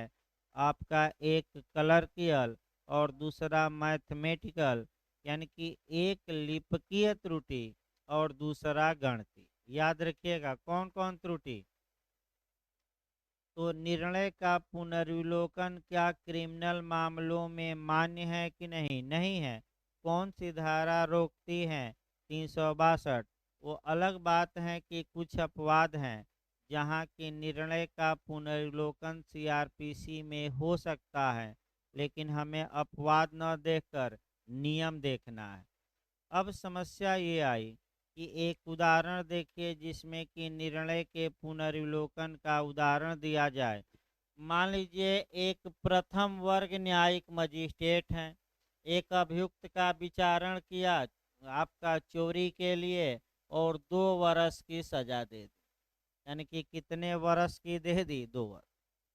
अब अभियुक्त ने उसी फर्स्ट क्लास जुडिशियल मजिस्ट्रेट के यहाँ आवेदन दिया कि हजूर आप जो हमें सज़ा दिए हैं उस सज़ा पर पुनर्विचार करिए और हमारी सज़ा रद्द करिए। तो धारा 362 ये बताती हैं कि ऐसा संभव नहीं है। अगर अभियुक्त को मजिस्ट्रेट के निर्णय से आपत्ति है तो मजिस्ट्रेट अब उस निर्णय को सेट एसाइड अपास्त या उलट नहीं सकता, क्योंकि सीआरपीसी में रिव्यू पर क्या लगाया गया है? प्रतिबंध। अगर आपको आपत्ति है तो आप रिवीजन में जाइए, आप सत्र न्यायालय में अपील करिए। अपील में भले सत्र न्यायालय आपके दोष सिद्धि को उलट दे, लेकिन अब आप कहेंगे कि मजिस्ट्रेट साहब ही उलट दें, तो ये संभव है कि नहीं? ये संभव नहीं है। याद रखिए, यानी कि सीआरपीसी में रिव्यू का प्रावधान नहीं है। सामान्यतः अपने निर्णय पर पुनर्विचार न्यायालय कर सकता है कि नहीं? नहीं। एक और उदाहरण देखिए। सत्र न्यायालय ने निर्णय सुना दिया और किसी अभियुक्त को मृत्युदंड का निर्णय सुना दिया, तो क्या सत्र न्यायालय आपका उस निर्णय में अब परिवर्तन करके क्या आजीवन कारावास कर सकता है? नहीं। अभी आपका मामला आया था एमपी का, एक महिला थी, आपका कह सकते 302 के मामले को 304 में बदल दी। 304 में मैंने आपका नहीं 304 बी में डावरी डेथ में बदल दी। फिर दंड की मात्रा आई तो जो कानूनन दंड दिया गया है उसमें उससे भी कम दे दी। आपका हाई कोर्ट ने बर्खास्त किया, वह गई सुप्रीम कोर्ट। सुप्रीम कोर्ट ने कहा कि आप एक जिम्मेदार पर्सन हैं, एक बार गलती ठीक है, क्षम्य है। आपने तो एक तो चार्ज बदल दिया बीच में गलत तरीके से, और दूसरा जितना कम से कम निर्णय दिया जाना चाहिए था आपने उससे क्या कर दिया? कम निर्णय, कम दंड दे दिया। क्या आपको दिखाई नहीं दिया कि धारा में क्या लिखा है? अतः आप माफ़ी के योग्य नहीं हैं और आपकी नौकरी खाई जा रही है। खाई जा रही मैंने टर्मिनेट हो गई, बर्खास्त हो गई, क्योंकि ये कहा सुप्रीम कोर्ट में मामला गया और ये पेपर में और तमाम चीज़ों में निकला था, ये गलतियां क्षम्य नहीं है।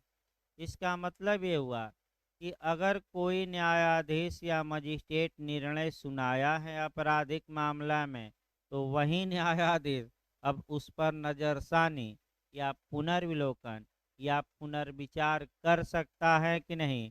नहीं कर सकता। भले रिवीजन में जाइए, अपील में ऊपर जाइए, लेकिन उस न्यायालय को क्षमता नहीं।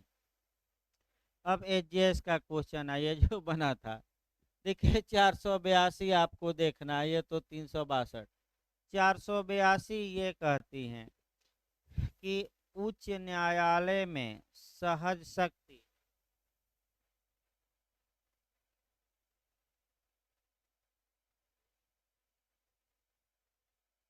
आपका जो 482 कहती हैं कि सहज शक्ति उच्च न्यायालय में वेस्टेड होगी, निहित होगी, और न्याय के उद्देश्यों को विफल होने से रोकने के लिए, घोर अन्याय को रोकने के लिए, सीआरपीसी में दी गई प्रक्रिया का वायलेशन को रोकने के लिए हाई कोर्ट जो चाहे सो फैसला दे सकता है, लेकिन इनहेरेंट पावर पर एक रोक है कि जो बातें बेयर एक्ट में स्पष्ट रूप से लिखी गई हैं आप उसका उल्लंघन नहीं कर सकते। यानी कि कानून का उल्लंघन करके आप अपनी इस शक्ति का प्रयोग नहीं कर सकते। अब समस्या देखिए कहाँ गंभीर आई कि हाई कोर्ट ने अपील हुई हाई कोर्ट में, और आपराधिक मामलों में हाई कोर्ट ने अभियुक्त के दोष अभियुक्त को बाइज्जत बरी कर दिया, यानी कि दोष मुक्त कर दिया।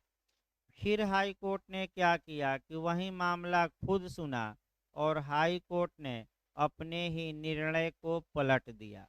मामला सुप्रीम कोर्ट में एसएलपी में गया 136 के तहत। सुप्रीम कोर्ट में अभियुक्त के वकील ने ये दलील दी कि हजूर 362 पुनर्विलोकन पर रोक लगाती हैं, तो हाई कोर्ट पर भी रोक है। हाई कोर्ट का कोई न्यायाधीश अगर आपराधिक मामलों में एक बार फैसला दे दिया तो वह न्यायाधीश उस फैसले पर 482 के तहत पुनर्विचार नहीं कर सकता, क्योंकि ये तो धारा 362 का क्या होगा, वायलेशन। सुप्रीम कोर्ट ने अभियुक्त की बात स्वीकार कर ली। यानी कि उच्च न्यायालय को भी पावर नहीं है कि वह अपने द्वारा आपराधिक मामलों में दिए गए निर्णय को उलट दे या संशोधन कर दे। क्यों? क्योंकि 362 उच्च न्यायालय पर भी क्या लगाती है, रोक। तो उच्च न्यायालय ने अगर मृत्यु दंड बरकरार रखा तो वो पलट नहीं सकता। अब आगे जाकर कहाँ होगी, सुप्रीम कोर्ट में अपील। हाई कोर्ट को पावर आपराधिक मामलों में नहीं है, ये याद रखे रहेगा, हाई कोर्ट भी नहीं कर सकता। हाँ, सुप्रीम कोर्ट कर सकता है क्योंकि उसे संविधान के अनुच्छेद 137 के तहत पावर मिला है, चाहे क्रिमिनल मामला हो या सिविल। ये दूसरा कंसेप्ट आपका सीआरपीसी से। अब आइए सीपीसी से देखा जाए। सीपीसी में जो मैं बता रहा हूँ 2-3 बार ये क्वेश्चन रिपीट किया है। देखिए आपका पहले मॉडल देखा जाए, उसके बाद सेक्शन देखा जाए। सीपीसी में जो क्वेश्चन रिपीट किया है वह क्वेश्चन देखिए आपका कि निर्णय सुनाए जाने के पश्चात आपका कब वह न्यायालय उस निर्णय में परिवर्तन कर सकता है। तो आपका फिर एक बार देखिए, आदेश 20 का नियम 3 में सामान्य नियम यह है कि जब एक बार सिविल न्यायालय फैसला सुना दिया, उस फैसले पर हस्ताक्षर कर दिया, मुद्रा मार दिया और तारीख डाल दिया, तो ऐसी कंडीशन में अब सामान्यतः वह फैसला या वह निर्णय कंक्लूसिव होगा, निश्चायक होगा। लेकिन इसके दो अपवाद हैं, जहां कि वह न्यायालय जिसने फैसला सुनाया था अपने फैसले में संशोधन कर सकता है। वहीं दो अपवाद रट कर जाइए। पहला अपवाद है पुनर्विलोकन, यानी कि पुनर्विलोकन, और दूसरा आपका धारा 152 के तहत आपका संशोधन। यानी कि फिर एक बार कंसेप्ट बनाइए। आपका दोबारा हम बता रहे हैं, गलत ज़्यादा होता है ये। सिविल मामलों में सामान्य नियम यही है कि जब एक बार निर्णय सुना दिया गया तो अब उस निर्णय में परिवर्तन नहीं किया जा सकता, एमेंड या संशोधन नहीं किया जा सकता। लेकिन यह लॉ का एब्सोल्यूट रूल नहीं है। विधि का पूर्ण नियम नहीं है। यही दो अपवाद याद करके जाइएगा। दो कंडीशन ऐसी है जहाँ की निर्णय सुनाने के बाद भी न्यायाधीश उस निर्णय में संशोधन या परिवर्तन कर सकता है। पहला क्या करके कर दे, पुनर्विलोकन, और दूसरा धारा 152। तो पहले धारा 152 निकाल लिया जाए, तब पुनर्विलोकन शुरू किया जाए। धारा 152 बताती हैं कि अगर निर्णय देने में कोई लिपिकीय त्रुटि हो गई, गणितीय त्रुटि हो गई, यानी कि क्लर्कियल मिस्टेक हो गया, मैथमेटिकल मिस्टेक हो गया, तो निर्णय सुनाने के बाद भी उस गलती को सुधारा जा सकता है कि नहीं? सुधारा जा सकता है, सुधारा जा सकता है 152 के तहत। और दूसरा पुनर्विलोकन करके, तो क्वेश्चन ये बनता है कि पुनर्विलोकन उत्पन्न कहाँ से होता है सीपीसी में, यानी कि सीपीसी में कहाँ कहा गया है कि निर्णय का पुनर्विलोकन हो सकता है और पुनर्विलोकन करके निर्णय में सुधार किया जा सकता है। तो आधार पूछ ले तो आदेश 20 के कौन सा नियम मारेंगे? 3। तो जो ये पुनर्विलोकन यहीं से उत्पन्न होता है, तो और पुनर्विलोकन के बारे में सारवान प्रावधान 114 और प्रक्रिया की आर्डर में 47। तो आदेश 20 नियम 3 से उठाइएगा। इसके बाद कौन सी धारा पढ़नी है? 114। उसके बाद कौन आदेश? 47। तो आदेश 20 का नियम 3 हमने बता दिया। पुनर्विलोकन का जन्मदाता ये आपका आदेश 20 का नियम 3 है। तो पुनर्विलोकन कब किया जाएगा? एक दो लाइन और समझिए तो सेक्शन शुरू किया जाए। पुनर्विलोकन वही न्यायालय करता है जिसने निर्णय सुनाया है। अगर वह जज उपलब्ध है तो पुनर्विलोकन वही जज करेगा जिसने फैसला सुनाया। अगर वह जज उपलब्ध नहीं है तो उसका पद उत्तरवर्ती करेगा, यानी कि उस जज की जगह पर जो क्या है आया है। लेकिन सामान्य नियम यह है कि वही जज करेगा जिस जज ने फैसला सुनाया है। अब देखिए, अब सेक्शन निकाल लीजिए, सही रहेगा आपका 114 देखा जाए। अब आपका 114 सेक्शन निकालिए। वैसे सामान्य बातों से ही हमें लगता है कि क्वेश्चन आ जाना चाहिए, लेकिन धारा निकालिए। थोड़ा अंदर से कभी काल पूछ लिया जाता है, तो अंदर से पूछे तो उसका उपाय ये है। हाँ, सेक्शन भी याद करके जाइए, ज़्यादातर इधर सेक्शन पूछा गया है। 113 में निर्देश, 114 में पुनर्विलोकन, 115 में पुनरीक्षण। अभी पुनरीक्षण बताया जाएगा, पहले 114 तो ये देखिए आपका पुनर्विलोकन सेक्शन हम पहले पढ़ रहे हैं, तब आर्डर 47।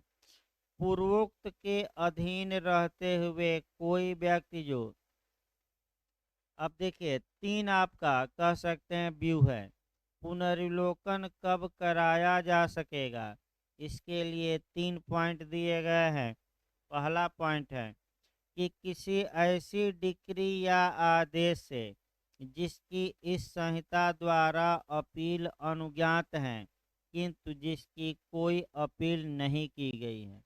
एक लाइन छूट गया है सामान्य में।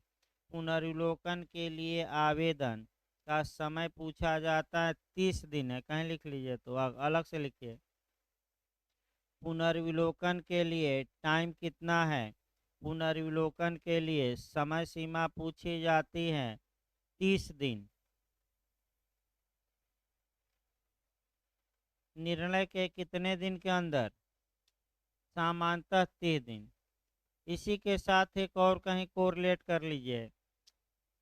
एक्स पार्टी डिक्री को अपास्त करने के लिए समय सीमा, यानी कि आदेश 7 रूल 13, आदेश 7 रूल 13 एक पक्षीय पारित डिक्री को अपास्त करने के लिए समय सीमा वो भी 30 दिन ही है। 30 दिन। ये भी क्वेश्चन आ चुका है, दोनों अंडरलाइन करिए। पुनर्विलोकन के लिए समय सीमा पूछे तब भी 30 डेज, और एक्स पार्टी डिक्री को सेट एसाइड कराने के लिए भी अगर समय सीमा पूछे तो कितना दिन, 3 दिन।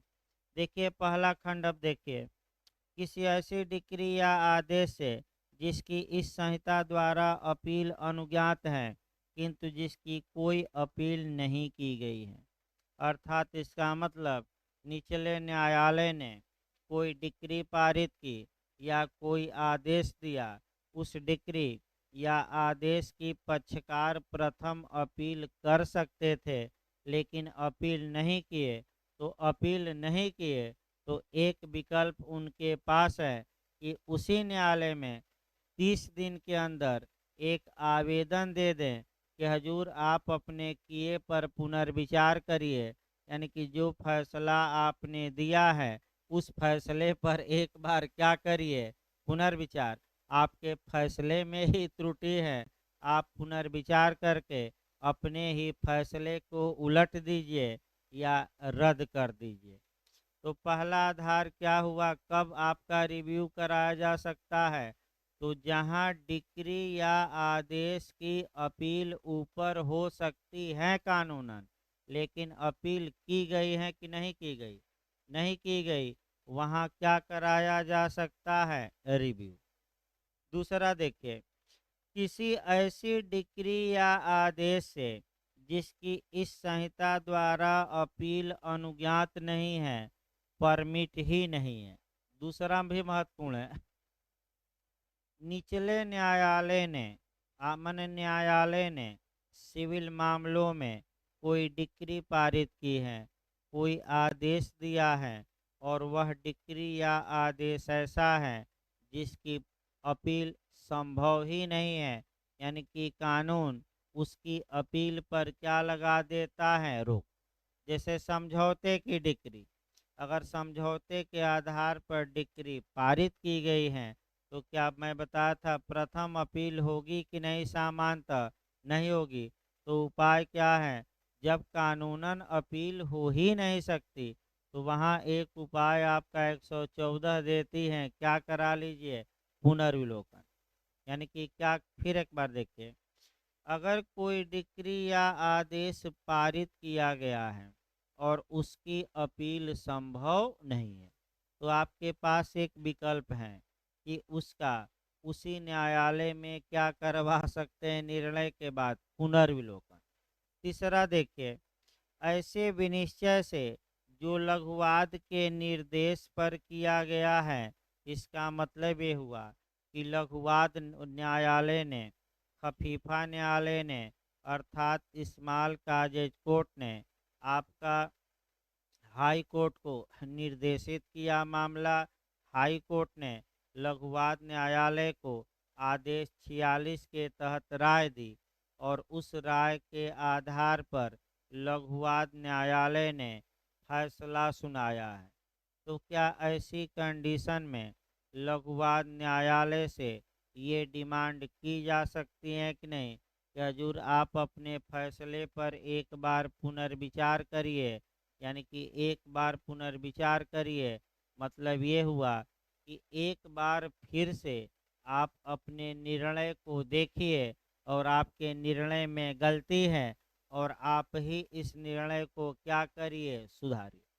तो बताइए कितने, कब की जा सकती है पुनर्विलोकन, कब कराया जा सकता है, क्वेश्चन बन सकता है। फिर देखिए हम मॉडल बना रहे हैं, ऐसी डिक्री या आदेश के विरुद्ध जिसकी अपील संभव थी लेकिन अपील की नहीं गई। दूसरा, ऐसी डिक्री या आदेश के विरुद्ध जिसकी अपील संभव नहीं थी और लघुवाद न्यायालय के निर्देश पर दिया गया फैसला और अंत में देगा उपर्युक्त सभी। तो आप क्या मार्क कराएंगे, उपर्युक्त सभी। ये मॉडल बन सकता है। अगला देखिए, अपने को व्यथित मानता है तो वह डिक्री पारित करने वाले, आदेश करने वाले न्यायालय से, यानी कि पुनर्विलोकन के लिए एप्लीकेशन उसी कोर्ट में दिया जाता है जिसने डिक्री या आदेश क्या किया है, पारित। ऊपर के न्यायालय में नहीं, पारित कर या न्यायालय के निर्णय के पुनर्विलोकन के लिए आवेदन कर सकेगा और न्यायालय उस पर ऐसा आदेश कर सकेगा जो वह ठीक समझे। तो पुनर्विलोकन आपका ज्ञापन के माध्यम से कराया जाता है कि वाद के माध्यम से, कि याचिका के माध्यम से, कि एप्लीकेशन या आवेदन के माध्यम से। अगर बहुत अंदर जाकर पूछे तो क्या कहा गया है? आवेदन। अब अपील किस माध्यम से? हमने बताया ज्ञापन। पुनर्विलोकन किस माध्यम से? आवेदन। मुकदमा दायर करेंगे वाद पत्र के माध्यम से। किसके माध्यम से मुकदमा? वाद पत्र। अब आज ये आदेश 47 तुरंत निकालिए आपका। आदेश 47 तुरंत देखना है आपका। देखिए आदेश 47 प्रक्रिया बताएगी। आदेश 47 में 2-3 नियम याद रखना है। एक तो पुनर्विलोकन के लिए आवेदन। इसके बाद एक जो पूछा जाता है पहले वहीं बता दिया जाए, जो मेन आपका है कि पुनर्विलोकन का पुनर्विलोकन, यानी कि अब सिविल मामलों में क्या न्यायालय पुनर्विलोकन का पुनर्विलोकन कर सकते हैं कि नहीं? नहीं कर सकते भाई। फिर एक बार देखिए उसको, वही आपका लास्ट नियम 9 बताना है। अरे नहीं कर सकते। फिर एक बार देखिए, इसको थोड़ा कठिन है, इसमें शक नहीं है।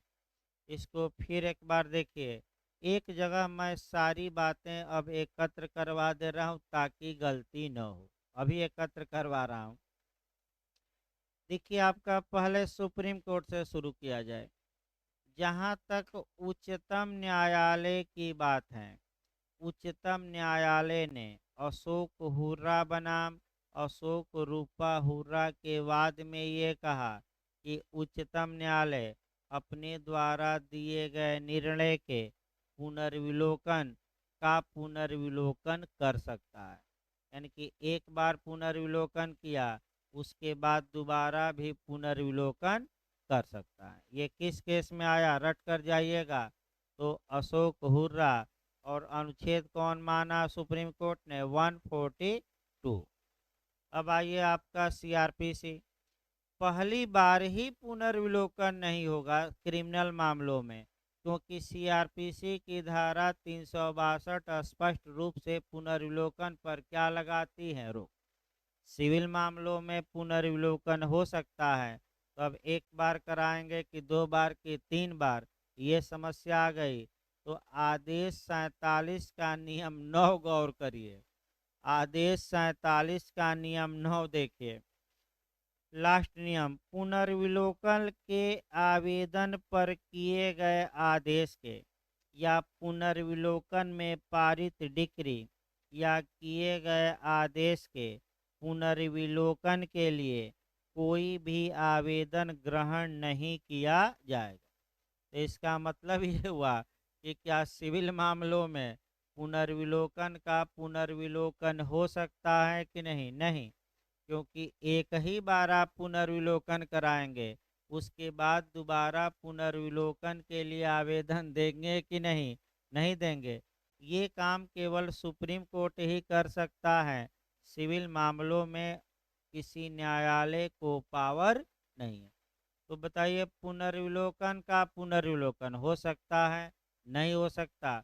न्यायालय के विवेक पर है इनमें से कोई नहीं, नहीं हो सकता। कौन सा आर्डर का कौन सा रूल और पुनर्विलोकन के पुनर्विलोकन, रिव्यू के रिव्यू, नज़रसानी के नज़रसानी पर रोक लगाता है? तो अंडरलाइन कर लीजिएगा। आदेश 47 का कौन सा नियम? 9। इसको अंडरलाइन करिए। इसीलिए मैं बताया कि यहाँ से गलती होने का चांस रहता है। अब थोड़ा इसी को जोड़कर आप 104 में आइए। 104 सेक्शन निकालिए, वहाँ से भी पूछा जाता है, तुरंत कोरिलेट कराया जाए। 104 का क्लास 2 देखिए, एक बार पढ़िए खुद, तब बताइए क्या दिया गया है। वहीं से एक टेक्निकल क्वेश्चन निकलता है। 104 का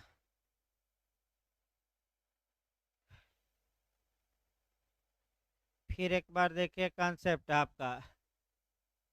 देखिए, आदेशों की अपील तभी हो सकती है जब उन्हें अपीलीय बनाया गया हो।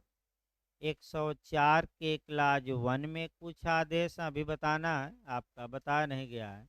फिर आर्डर 43 के किस रूल में कुछ आदेश दिए गए हैं 1 में, जिनकी प्रथम अपील संभव है। तो अब यहाँ जो क्वेश्चन बनता है, आदेश की अपील हो सकेगी प्रथम, द्वितीय, दोनों इनमें से कोई नहीं। तो डिक्री की प्रथम अपील भी होती है, द्वितीय भी, लेकिन आदेश की केवल एक बार अपील होगी, सेकंड अपील नहीं होगी। तो यहाँ जो क्वेश्चन बनता है कि आदेश के सेकंड अपील या दूसरी बार अपील करने पर रोक या प्रतिबंध कहाँ लगाया गया है। तो 104 के किस क्लाज में, 2 में। पढ़िए, अपना बैरक भी समझिए भाई क्या लिखा गया है, पढ़िए एक बार भाई।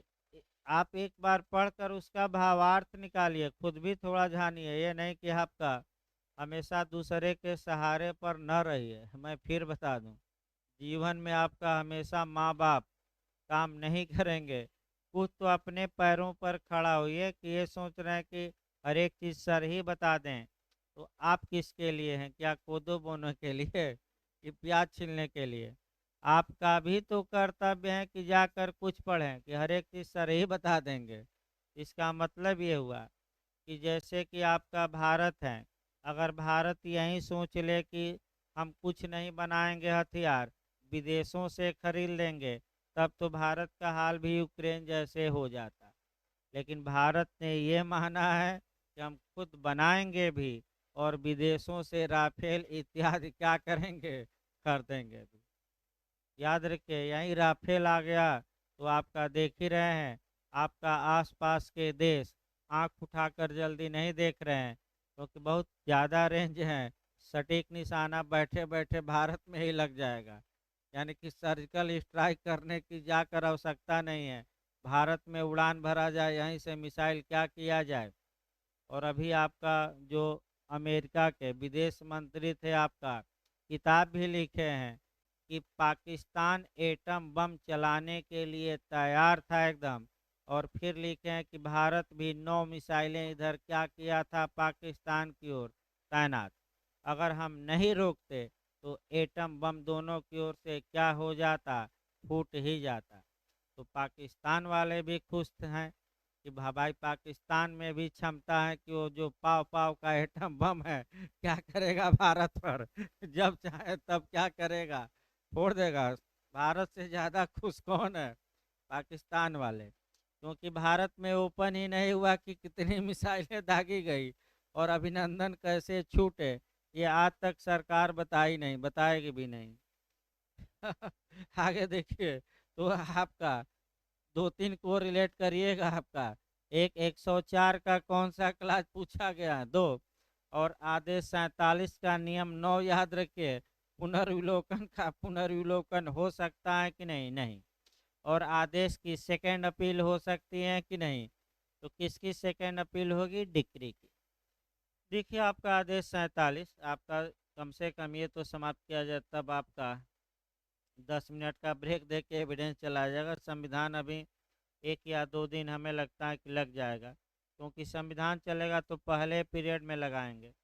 थोड़ा सीपीसी खींच जाए आपका तो संविधान पहले पीरियड में लगा के खींचा जाएगा और थोड़ा इसको लास्ट में किया जाएगा। लेकिन कम से कम काम भर क्या हो जाए भाई, काम भर सीपीसी हो जाए कि आप 15 में से 10-12 क्वेश्चन तो कर ले जाएं, कम से कम इतना बताया जाए। देखिए आदेश 47 का नियम 1, निर्णय के पुनर्विलोकन के लिए आवेदन। तो जो बातें हमने 114 में बताई कि कब निर्णय के पुनर्विलोकन के लिए एप्लीकेशन आप दे सकते हैं, वही बातें आपका आदेश 47 के नियम 1 में तीनों बातें बताई गई हैं। तो बताइए कब दिया जा सकता है। तो पहला, जहां डिक्री या आदेश की अपील हो सकते थे लेकिन अपील नहीं की गई। दूसरा, जहां डिक्री या आदेश की अपील संभव नहीं थी। और तीसरा, लघुवाद न्यायालय के निर्देश पर विनिश्चय है। तो इन मामलों में रिव्यू के लिए एप्लीकेशन, तो ये तो आपका 114 में भी था, और आदेश 47 के 21 में आपका 1। इसके बाद आधार बताया गया है। रिव्यू का मुख्य आधार ये होता है कि हजूर नया साक्ष्य मिला है, हम खोज रहे थे साक्ष्य। सरकार, एक उदाहरण, सरकार से सूचना के अधिकार के तहत मांगे थे, हमारे पास तो एविडेंस ही नहीं था, सरकार ने निर्णय के बाद दिया सूचना के अधिकार के तहत हमें ये जो साक्ष्य हैं, और ये साक्ष्य हमारा ऐसा है कि अगर आप विचार करेंगे तो आप अपना निर्णय निश्चित रूप से परिवर्तित कर देंगे, क्योंकि नया साक्ष्य मिल गया है। तो नया साक्ष्य मिल गया तो आप अपना निर्णय क्या करिए, परिवर्तित। लास्ट में बताएंगे कल इसको, लेकिन लास्ट में एक कोरिलेट किए रहिए, आपका संयुक्त राष्ट्र संघ में न्याय का अंतर्राष्ट्रीय न्यायालय। तो न्याय के अंतर्राष्ट्रीय न्यायालय के निर्णयों का क्या हो सकता है, रिवीजन, कितने साल के अंदर, 10 साल के अंदर। लेकिन नया साक्ष्य मिलता है उसके कितने माह के अंदर, 6 माह। एप्लीकेशन कितने दिन के अंदर देना है। तो न्याय के अंतर्राष्ट्रीय न्यायालय में ही पूछे तो रिव्यू ना मार दीजिएगा। पुनरीक्षण कितने वर्षों के अंदर, 10 वर्ष, और नया साक्ष्य मिलने के कितने महीने के अंदर आप एप्लीकेशन दे दीजिए, 6 माह। भाई वहाँ से भी आपको तैयार करना